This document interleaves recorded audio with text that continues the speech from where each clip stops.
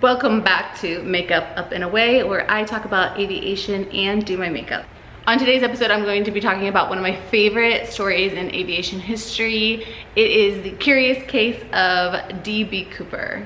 So, what do we know about Dan Cooper? Well, absolutely nothing. On November 24th, 1971, a man paid $20 for a plane ticket from Portland, Oregon to Seattle, Washington. He boards and shortly after taking off, hands a flight attendant who's seated next to him in a jump seat a piece of paper. Now, the flight attendant doesn't think anything of this piece of paper because she's used to probably getting lots of pieces of paper from guys on the airplane, and you know, they just want to be her friends. So she's not thinking anything of it. She sticks the note in her purse and probably goes about her business. But he again tells her, excuse me, ma'am, you might want to take a good look at that note that I gave you because I have a bomb on this plane. Now, if it's anything that we know, two things you should never tell on a flight to a flight attendant, or actually into the airline in general at all. You should never joke about having a bomb, and you should never joke about being drunk. One of those I found out the hard way. Give me a guess on which one you think it is. Not to go off on a rabbit trail, but yeah. So I was boarding a Southwest flight. I was flying from Phoenix to Cleveland, Ohio, and the gate agent was like, oh, how are you doing? And I'm still always a nervous flyer, but I was like, I had drinks with lunch, so now I'm doing great, or something like that. And then she's like, are you drunk? And I'm like, oh, I'm just joking. Like, I just meant, you know, yeah, day's going great. I had a couple drinks, I'm doing great, life's great now. That's like all I meant by it. And then she's like, you can't board. And I'm like, what are you talking about? I just had a couple drinks. You have to be joking. This is a joke, right? She's like, you can't say that to a flight attendant. And I'm like, well, I wasn't like really coming out and saying like, oh my God, lady, I'm belligerently drunk. I'm just saying I had a few to drink and I'm doing great now. Like, the only thing that's gonna happen from that is I'm going to pee more. So she gets her supervisor, and her supervisor is like, oh, you're fine. I'm not even drunk. Like, I'm just joking. And he's like, well, two things you do not say to anyone in the aviation is that you have a bomb or that you're drunk. And I'm just like, those are terrible. Being drunk compared to having a bomb. Okay. It's not like I was gonna ask for $200,000 ransom or something. So yes, anyway, back to Dan. Dan's note, let's just call him Danny Boy. Danny Boy's note has some demands. He wants to land in Seattle, refuel the plane. He wants 4 parachutes, $200,000 in cash, and he wants to go to Mexico City. By this time, they have been circling the airport in Seattle for about 2 hours, and the captain tells all the passengers that they're having mechanical issues and that's why they can't land. They did not even tell the rest of the flight. Like that, I can't imagine. Oh, why are all those news reporters there? What's going on here? Oh, our flight was hijacked. Couldn't tell, didn't know. That'd be a very, very funny family holiday story. Yeah. So once they're in Seattle, Cooper lets everyone off the plane. He only keeps on the 2 pilots, 4 crew members. He asks for 4 parachutes because he wants them to think that he might be parachuting with somebody else. So the plane takes off again, but with very specific instructions. While they're circling in the air, this is buying time for the authorities and the FBI to accommodate Cooper's demands. The airline is Northwest Orient Airlines, and they agree to pay the ransom. The FBI is able to take photocopies of the serial numbers on the bills so they can track them later on. They're able to find parachutes from a local parachuting school, and they give him 1 military, 1 civilian, and 2 trainee parachutes. And obviously he's asking for 4 because he wants to imply that he is taking somebody with him. Okay, that's better. So Cooper instructs the pilot to stay at 10,000 feet, going 100 knots, which is about 115 miles per hour, and then to keep the flaps at 15. So he clearly has some experience with aviation, like he knows this much at least. So with this specific type of plane, a Boeing 727-100 series, you can open the aft staircase, which is located kind of like in the butt of the plane or where you would parachute out of. And Dan Cooper knows this. He also wants the landing gear to remain down. The pilots are obliged to follow these requirements. However, it would force them to refuel the plane on the way to Mexico City. And the pilots agree to stop in Reno, Nevada.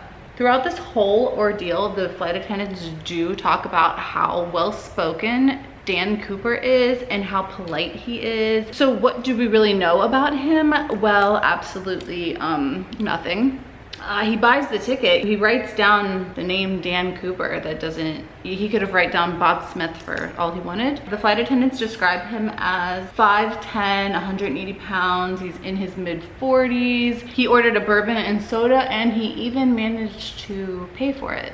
He's wearing a dark suit and also a dark trench coat over top. And again, like I think he's wearing like business shoes with it. Nothing that anyone would ever parachute out of. And he also never asked for a helmet, which is something investigators are saying. If you're an experienced parachuter, you're going to ask for a helmet, especially in these sort of weather conditions. Despite not having the proper shoes, the proper outfit, or even really the proper parachute or helmet, Dan decides to jump. They're on their way to Reno, Nevada to refuel from Seattle, Washington. Shortly after 8 p.m., the crew believe that Cooper's lowered the aft staircase because there's like a jolt in the plane, I think, and the pilots even have to like trim the plane. So that's when they proposed that he probably jumped. So the last time the flight attendant saw him, he was tying a strap around himself, which was probably the money. The plane lands in Reno, Nevada, and it is thoroughly searched, and it turns up nothing. The only evidence that they find on the plane is 8 cigarette butts, his tie, and the clip on the tie. He even took back the note, the original note that he gave to the flight attendant. That shows some due diligence there. Like, he was not trying to get caught. And really the only handwriting that we have from him is him writing his name on his airplane ticket. This hijacking leaves authorities completely dumbfounded. This is still not solved. The case was officially closed in 2016, but the FBI will take information. This case did result in another hijacking, which was basically just a copycat.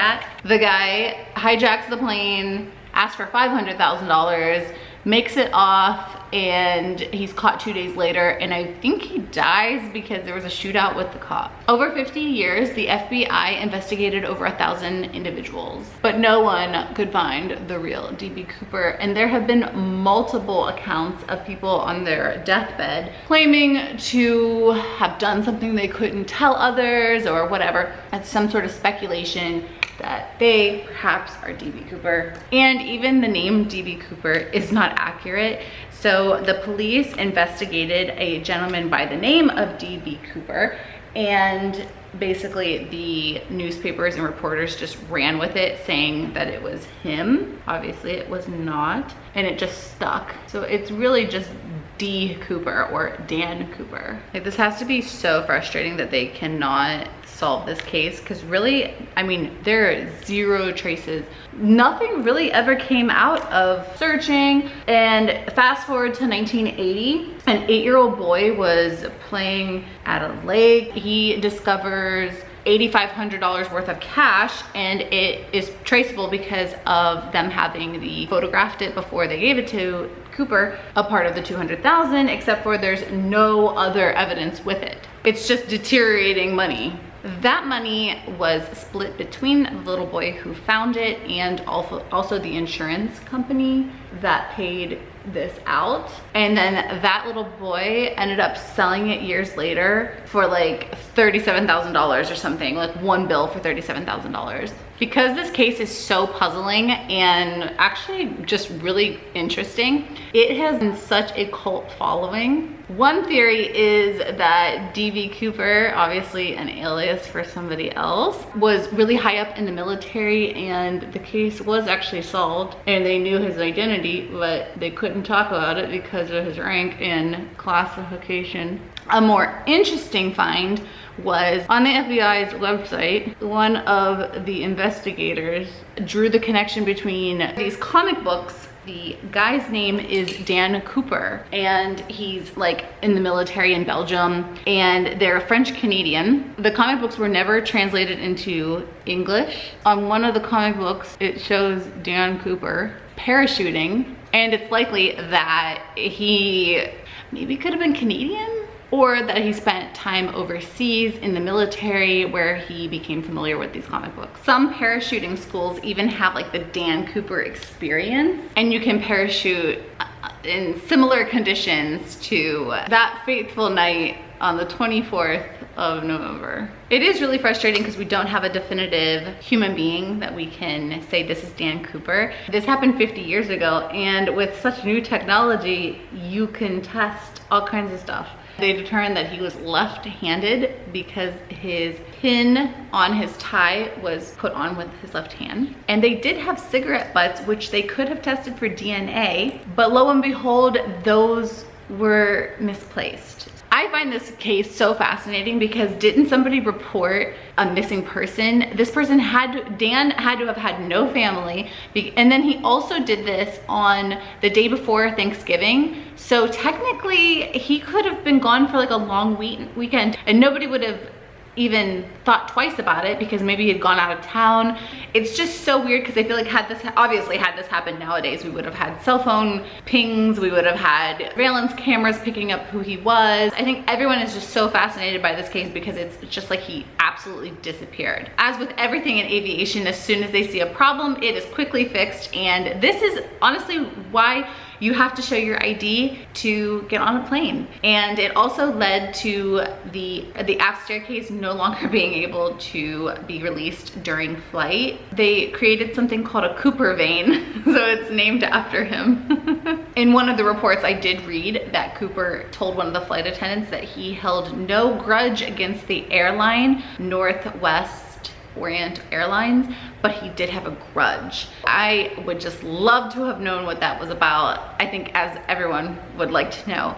The airline did have a lot of disgruntled employees and they would often go on strike. So I'm wondering if there is some sort of connection with that, or what if he was a former pilot? I think that there's just such lack of information and it's so hard to get a full profile on who he may have been. And that's why we always turn to just speculating whether or not he survived, because that is, I think, super fascinating. It would have been like 5 below zero if he was even able to get his parachute to deploy. It would have been freezing, and then as soon as he lands, who knows? And then for all that, why even tell them that you want to go to Mexico City? Although given different speed of the airplane, the landing gear was down, the aft door was down, this man parachuted out and they don't know when he would have deployed the chute. They did search a large area, and so perhaps, you know, he didn't wait till after they refueled to jump. He did it well before they landed in Reno. He probably knew the terrain. And then also he chose to,